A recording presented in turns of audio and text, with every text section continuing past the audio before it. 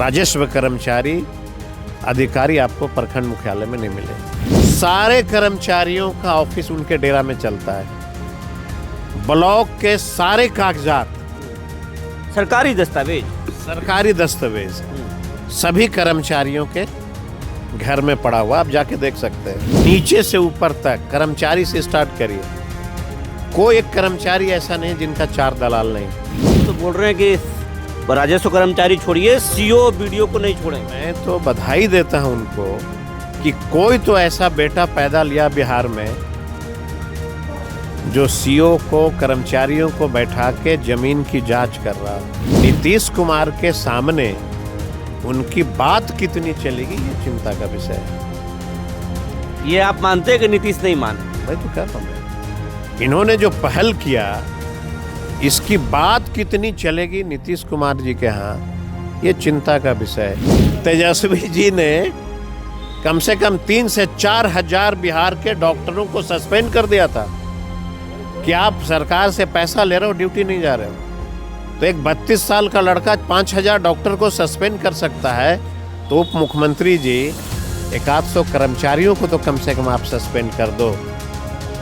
किसको? निर्दोष को नहीं, जो दोषी है। मुख्यमंत्री जी आपके राज में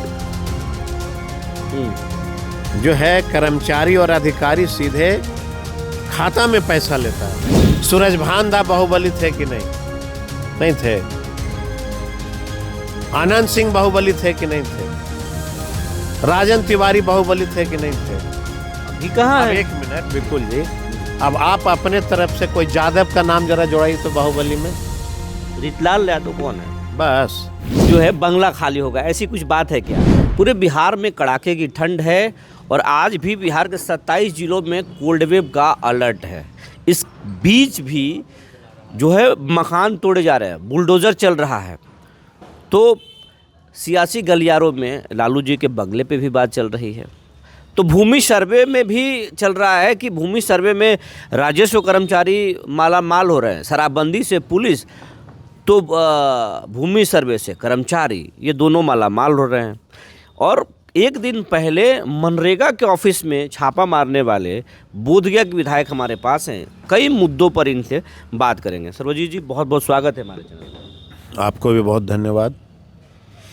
पूरे बिहार में जो है कड़ाके की ठंड पड़ रही है, कोल्ड वेव का अलर्ट है। आप भी धूप सेक रहे हैं, हम भी सेक रहे हैं, और ऐसे में मकान तोड़े जा रहे हैं। फुटपाथ पे जो रहने वाले लोग हैं या जो सरकारी ज़मीन पे जो झुग्गी झोपड़ी बना कर रह रहे हैं, इस ठंड में जो है मकान तोड़ा जा रहा है।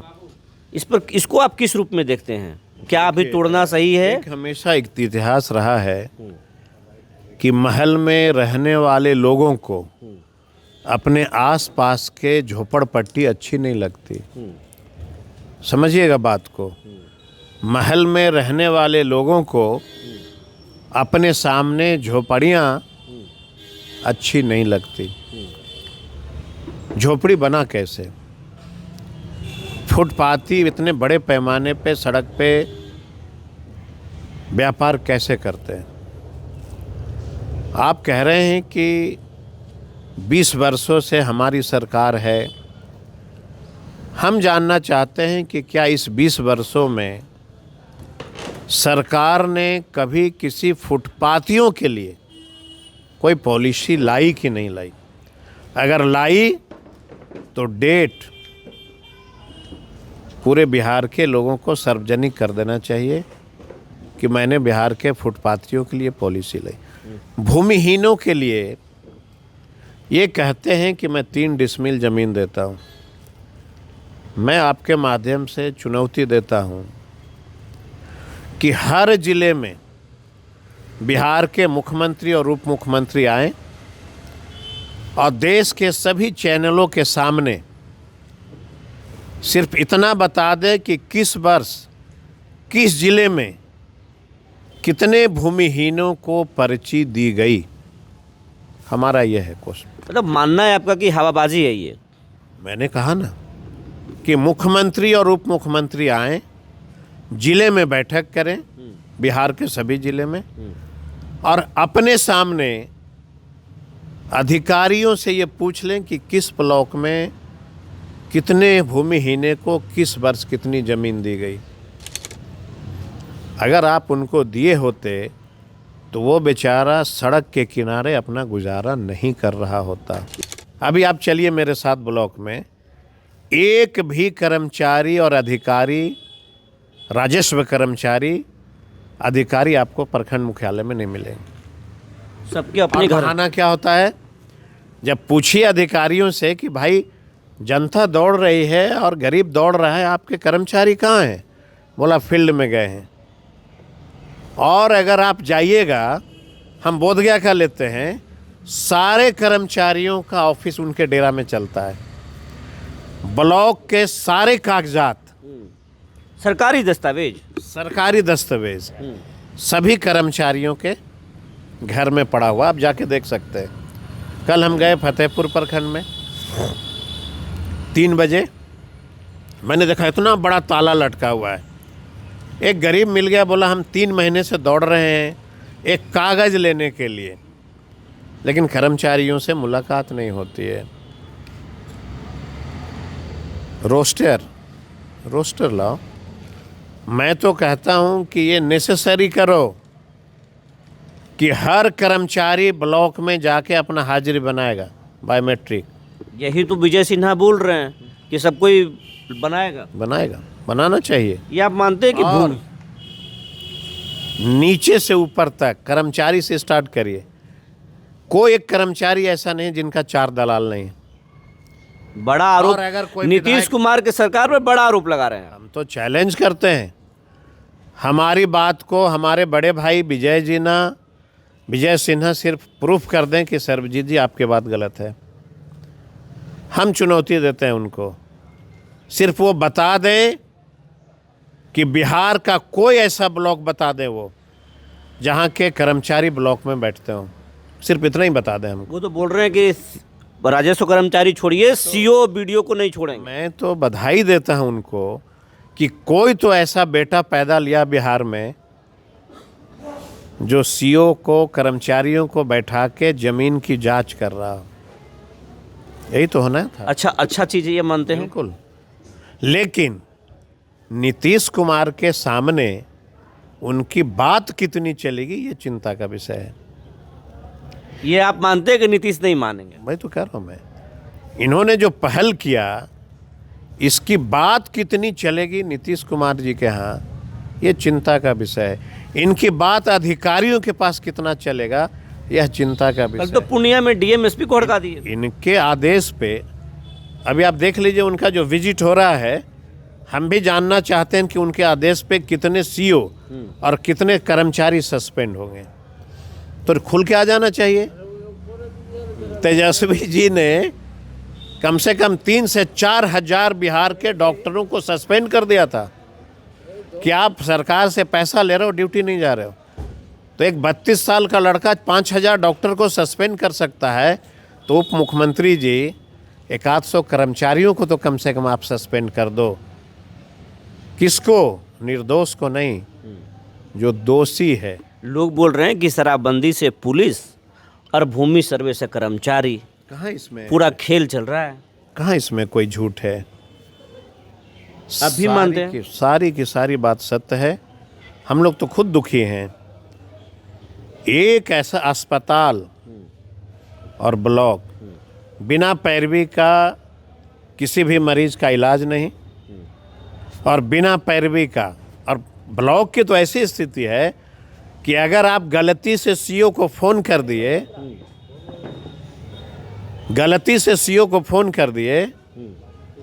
तो समझिए कि उस बेचारा गरीब का काम नहीं होगा।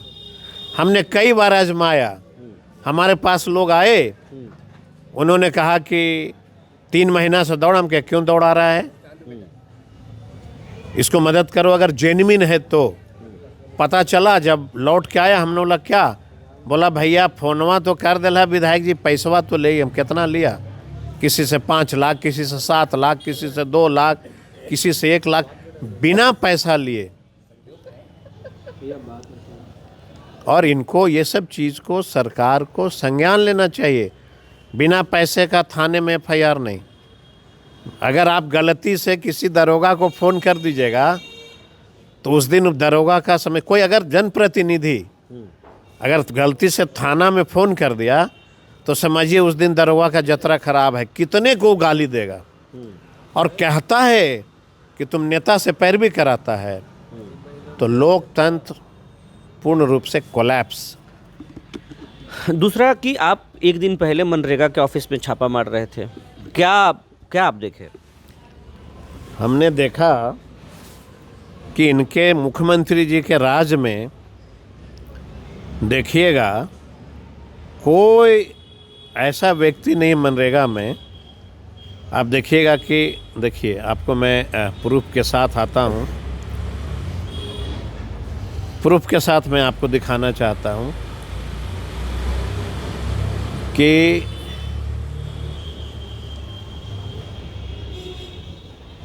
आप आइएगा। हुआ क्या था? बिलम, आप देखिएगा कि इन लोग जो हैं, इससे पौधारोपण हो रहा है, जल जीवन हरियाली नीतीश जी की ड्रीम प्रोजेक्ट है। पौधे गांव के लोग लगाते हैं, उनको पौधों को सुरक्षित रखने के लिए सरकार पैसा देती है। उस पैसा को पेमेंट करने के लिए आप जो हैं पीआरएस, पीटीओ, कोई ऐसा ब्लॉक नहीं है, खास करके मेरे विधानसभा में, अभी बिहार के बाद, जिला के बाद छोड़ दीजिए, बिना पैसा लिए हुए। ये हम चाहेंगे कैमरामैन को दिखाने के लिए कि ये इस तरीके से पैसे लिए जा रहे हैं, वो भी खाता में लेता है। ये जो पूरा अपराध है। ये सम्राट जी और विजय जी और मुख्यमंत्री जी आपके राज में जो है, कर्मचारी और अधिकारी सीधे खाता में पैसा लेता है। पहले पैसा लेंगे, उसके बाद उसको पैसा उसके बाद पेमेंट करता है। देख लीजिए आप, मैं गलत कह रहा हूँ तो? ट्रांजैक्शन सक्सेसफुल, देख रहे हैं ना, 7,000 और देख लीजिए 3,000 देख रहे हैं, 2,900, जिसका जितना कमीशन बनता है ये सब लेते हैं। तो अब हम इसमें इनके मंत्रियों को हम क्या कहें? हम लोग तो भाई इस राज्य में, मालूम है कि राष्ट्रीय जनता दल का कोई कार्यकर्ता और कोई विधायक अगर बोलेगा ना तो जनता जंगल राज, एक को बात है, करना तो कुछ है नहीं। परदादा आपके भीख मांग रहे थे, वही बात बोलेगा कि तुम कलेक्टर कैसे हो गया हरिजन होके, तोरा दादा तो भीख मांगता था। तो मेरा दादा भीख मांगता था तो हम कलेक्टर नहीं बनेंगे? तो भाजपा के लोग तो बोलते कि कट्टा भी तो चमकाते हैं आप। बहुत अच्छा बात कहा उन्होंने, कट्टा हम चमकाते हैं। अच्छा, एक चीज़ सिर्फ आप बता दीजिए, लालू जी का जंगल राज में कौन अपराधी थे? आनंद मोहन बाहुबली थे कि नहीं लालू जी के राज में? नहीं थे। सूरजभान दा बाहुबली थे कि नहीं? नहीं थे।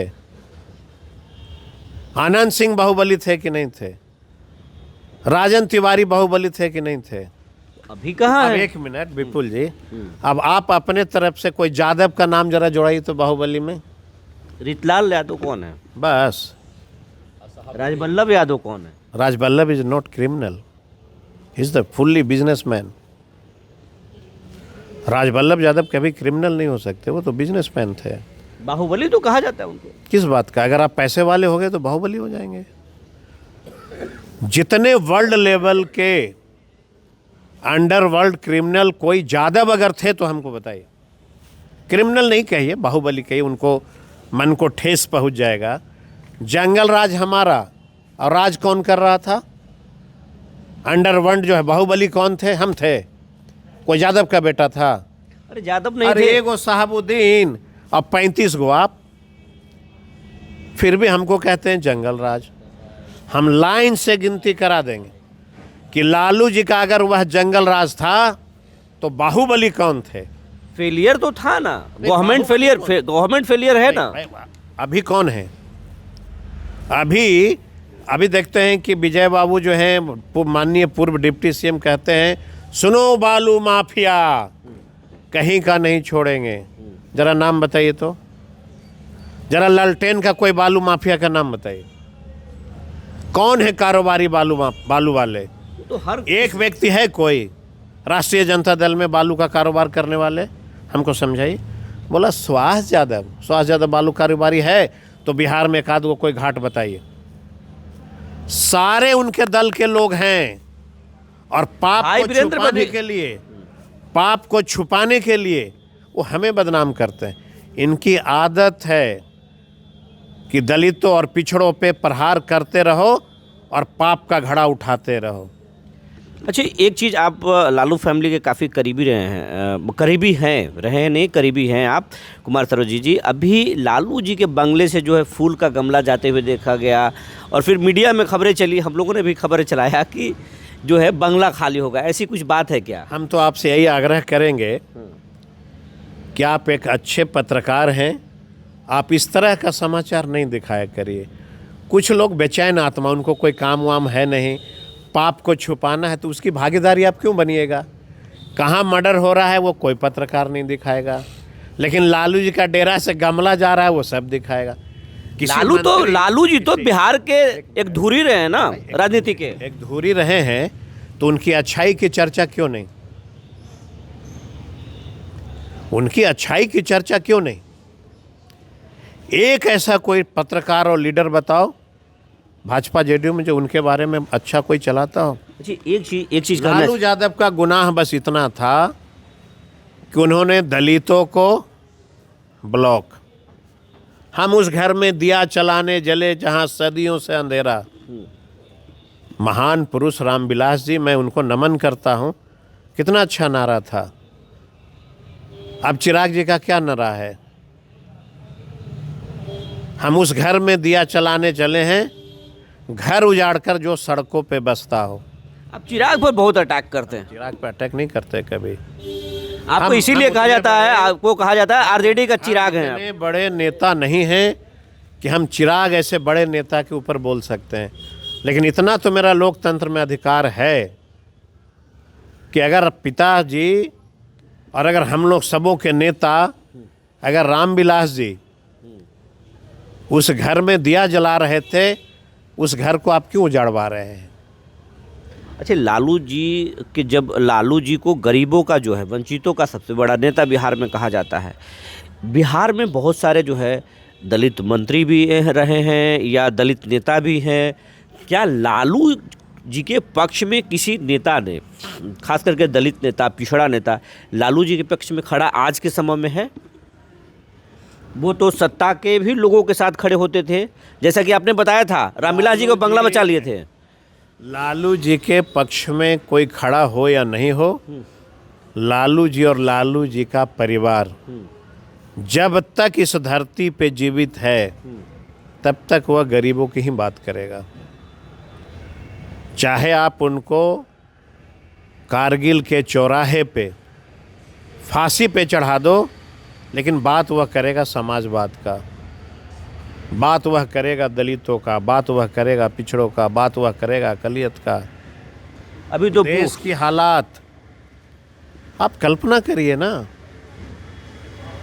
आप एक आम अच्छा व्यक्तित्व पे होकर के और एक कल्पना करिए कि जब क्रिसमस डे आता है तो आप ईसाइयों को मार रहे हो, ईद बकरीद आता है तो आप मुसलमानों को मारते हो, चुनाव आता है तो बांग्लादेशी को भगाते हो। क्या हो रहा है देश में?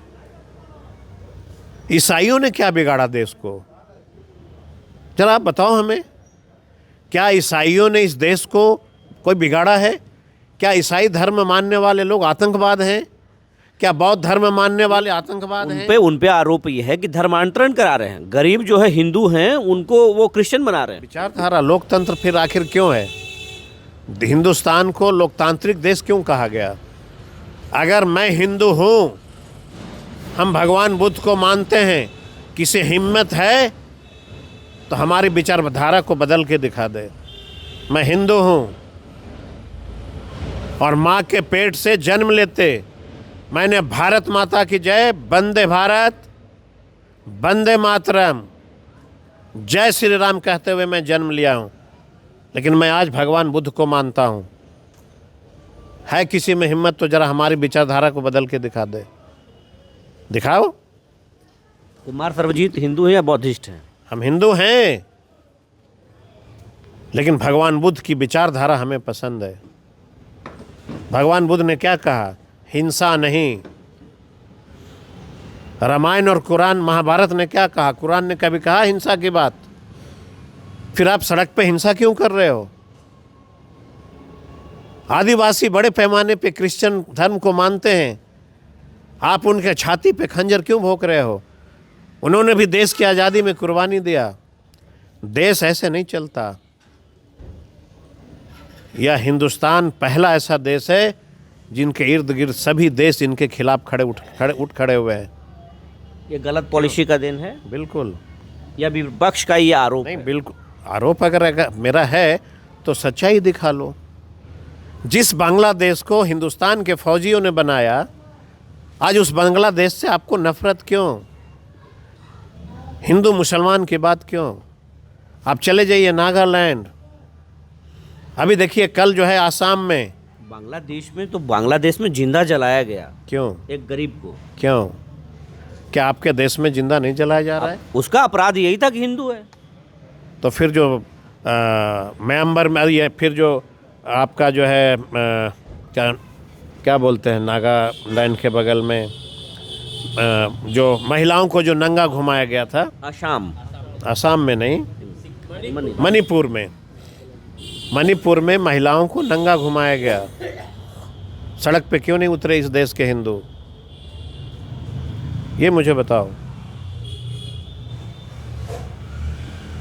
हजारों महिलाओं को नग्न करके सड़क पे घुमाई गई। कहाँ थे सरकार सोई हुई? देश में अमन, चैन, शांति, युवाओं को रोजगार। आखिरी सवाल कुमार सरोजी जी से कि तेजस्वी यादव विदेश गए हैं, सदन चलते समय विदेश चले गए, आप उस सदन को संभाले। तेजस्वी यादव को विदेश जाने को पूरा जो सत्ता है उसको उछाल रहा है, भुना रहा है।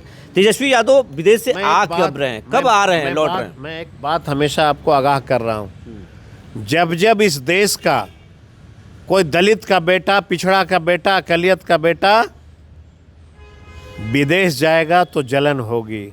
लालू यादव गरीब है, सुन लीजिए आप, जलन होगा। इनको लग रहा है कि गरीब का बेटा विदेश भी जा सकता है। जैसे बाबा साहब गए विदेश पढ़ने, क्या उनको झेलना पड़ा था? इतिहास अगर आप पढ़े हैं तो खंगाल लेना। बाबा साहब चूंकि दलित के बेटा थे और लोगों ने कहा कि इतनी हिम्मत कैसे हो गई, दलित का बेटा विदेश जा रहा है। तेजस्वी अगर विदेश चला गया, कोई अपराध नहीं कर दिया, लौट कब रहे? देश का प्रधानमंत्री महीने में 10 बार विदेश जाते हैं तो लोगों को तकलीफ नहीं।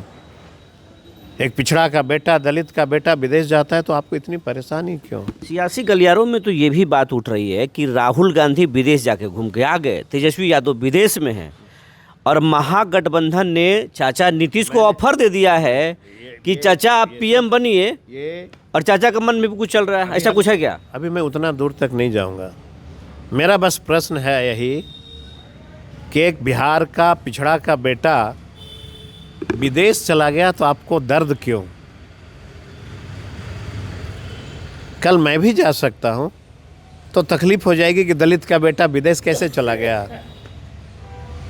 इसका मतलब ये हुआ कि इन लोगों की आदत है कि आज भी इस देश में और बिहार में दलित पिछड़ा का बेटा मेरा पैर के तले ही रहे। वो होने वाला नहीं है। तो ये थे कुमार सर्वजीत, हर सवालों पर बेबाकी से इन्होंने जवाब दिया। विजय सिन्हा जो डिप्टी सीएम हैं उनको अलर्ट भी किया कि आप जो कर रहे हैं बेहतर कर रहे हैं, लेकिन कब तक चलेगा ये ज़रा देख लीजिएगा। बने रहिए हमारे साथ, तब तक के लिए धन्यवाद।